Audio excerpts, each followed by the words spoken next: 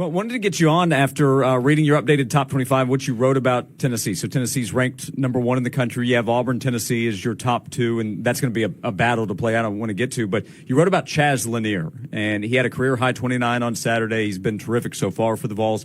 What have you thought seeing him and Tennessee's offense with Chaz Lanier in it this season? Well, it's pretty incredible that they basically taken the Dalton Connect formula a year ago and went out and found the best wing scorer in the portal again and identified that guy probably correctly and are just kind of running it back. Now, they're different in the way that they play, but, I think the formula is kind of similar in having a very talented, great shooting wing who can be a high usage player for them. And it's worked out terrific once again. So credit to them for identifying that guy, because I think Chaz was one of the higher rated guys we had in the portal, but there were reasons to maybe question the legitimacy of his game, since he broke out last year, and before that his numbers were kind of pedestrian. So you weren't 100% sure if it was going to translate. You never know when these guys are transferring up, but it certainly has. You mentioned Tennessee is different, and Chaz was one player that came in. They brought in Felix Akpar from Ohio State, a big man, and then Igor Milicic, who has changed some of what they do as well. What stands out overall about what you see from Tennessee, what they are and how they're different maybe? I think Igor is really the guy that changes them, just in the fact that, we were talking off air, he's kind of a connector. And I think he makes the offense a little easier for everybody else. And, in the fact that he can stretch the floor, give them a little bit better spacing, but he's also a really good passer and just kind of knows where to be. I don't think they had a guy like that last season. I think, the big fella coming in, Felix, is kind of similar to what they already had. And he's arguably been a little bit better than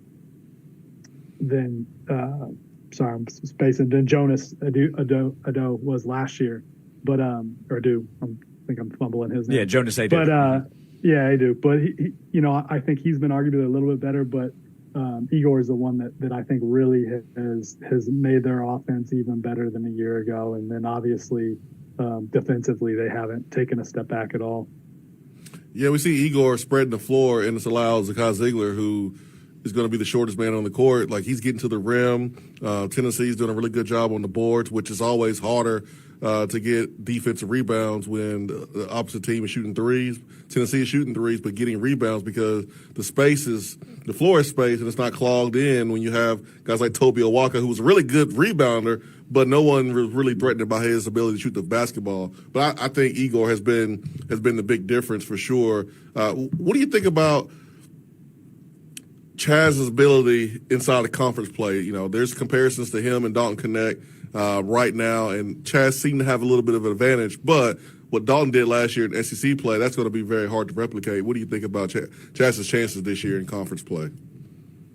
Yeah, I think Dalton was a little bit more dynamic as a playmaker and ability to get to the rim and just a little bit more explosive at the basket. And that allowed him, being able to score at all three levels allowed him to be really, really consistent. I think Chaz can score at all three levels, but he's not quite the same player at the rim as Dalton was. But he's probably a more consistent outside shooter, and he can get that thing off so quickly. And I just think they're built a little bit different this year in that Zakai can kind of be that dominant handler.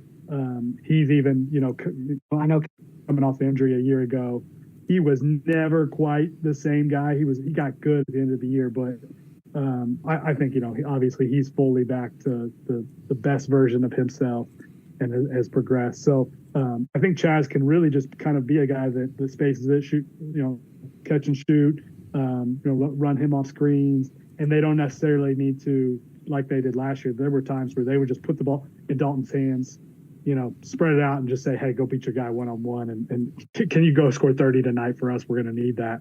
I don't think Chaz necessarily always has to do that, but he's just going to run into some big scoring nights because, they have the spacing, they have the ability to get him those shots, and he gets it off so quickly, which is what I wrote about today. I mean, he doesn't need any space at all, and I think he's got probably the fastest release in the country.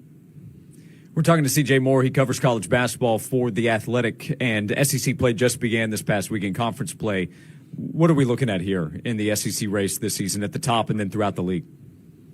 Oh, man, it's a freaking juggernaut. I mean, I think everything people have probably, I'm not a big college football guy and I barely pay attention to it, but, I know this year the SEC wasn't as dominant as it's been in the past, but like every year it's just a head and shoulders above everybody else.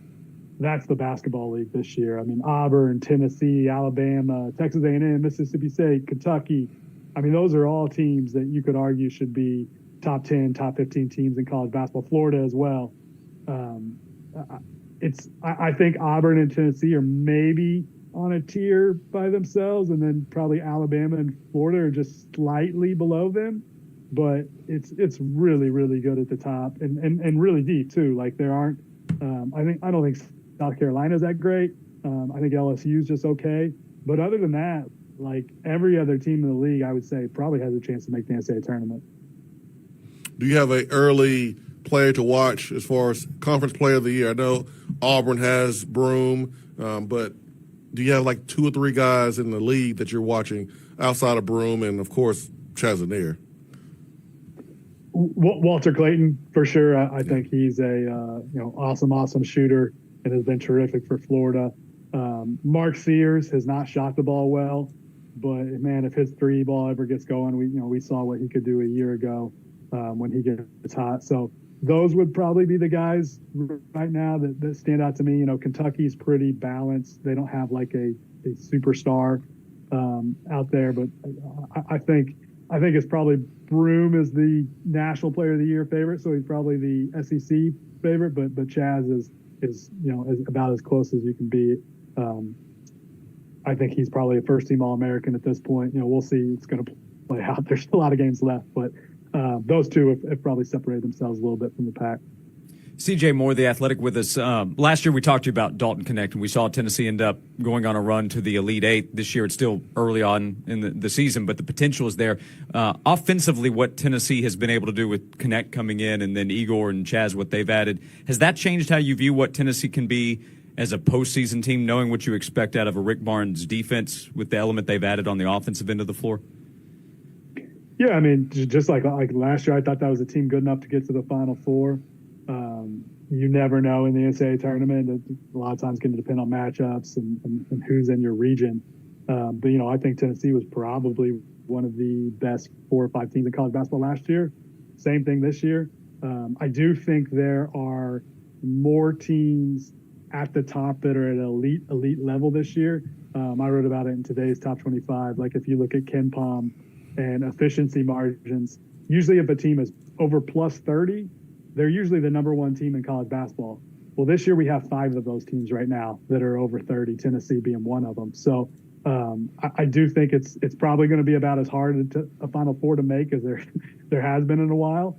But I think Tennessee is one of those teams that's good enough to make a Final Four, good enough to win a national title, and it's going to be fun to watch. I don't really have any rooting interest, but I do always pull a little bit for Rick because I think he's a terrific coach that hasn't always gotten the credit he deserves. So seeing Rick Barnes go and win a national title would be a storyline. We always root for the stories, so I'd be rooting for that storyline. It'd be a fun one. Yeah, a lot of local interest in that, I'm sure you're aware of as well. Before you go, Zakai Ziegler, how much national attention is there on a guy that he's often going to be the smallest guy on the floor, but he's been impactful as SEC Defensive Player of the Year, now a senior point guard at Tennessee? I think he's getting his flowers. Like I think people nationally realize how good he is and the fact that they're number 1. And I think most people are paying attention to their games. They see how great a passer he is and that he can, also fill it up. So I think he's getting probably the love that he deserves. But, I think Tennessee is one of those teams with like a guy like Chaz. He's probably going to get written about the most. But, if I were making All-American teams right now, I think Zakai would probably be if I were making 3 teams, 15 guys, I'd have to really think about it, but I think Zakai would probably be in that mix. Outside the SEC, before you go, top stories at Cooper, Flag, and Duke, or would you go something else? Oh man, I mean, dude, probably they're really really good, and I think you could any of the like top 4 teams right now in college basketball, you could make an argument for, hey, they're the best or they're the best. They're the best. Iowa State's one that I wrote about earlier this year that I think is a really fun storyline, just in the fact that they're a team that hasn't spent quite as much as everybody else in that top tier in NIL. And, you know, their guys were not as high profile of players, whether they came out of high school or in the portal, and they're figuring out a way to be in that elite tier. So that's probably one of my favorite storylines, but Duke's definitely going to be one to watch, and defensively, they're really, really good. Go read what CJ wrote about Tennessee. Chaz Lanier, has anybody sent you a quicker release than Chaz? I know it was just earlier today that you asked for that, but has anybody sent a quicker release than Chaz with what you've seen? I haven't checked my Twitter or Blue Sky here in a couple hours, but I don't believe so. Not yet. So still looking for entries. I don't think anybody's going to beat them. Yeah, there can't be many. Go read that at theathletic.com. Always enjoy your coverage, CJ, and always appreciate your time. Thanks so much for hopping on with us today. Thanks, Josh. Thanks for having me on.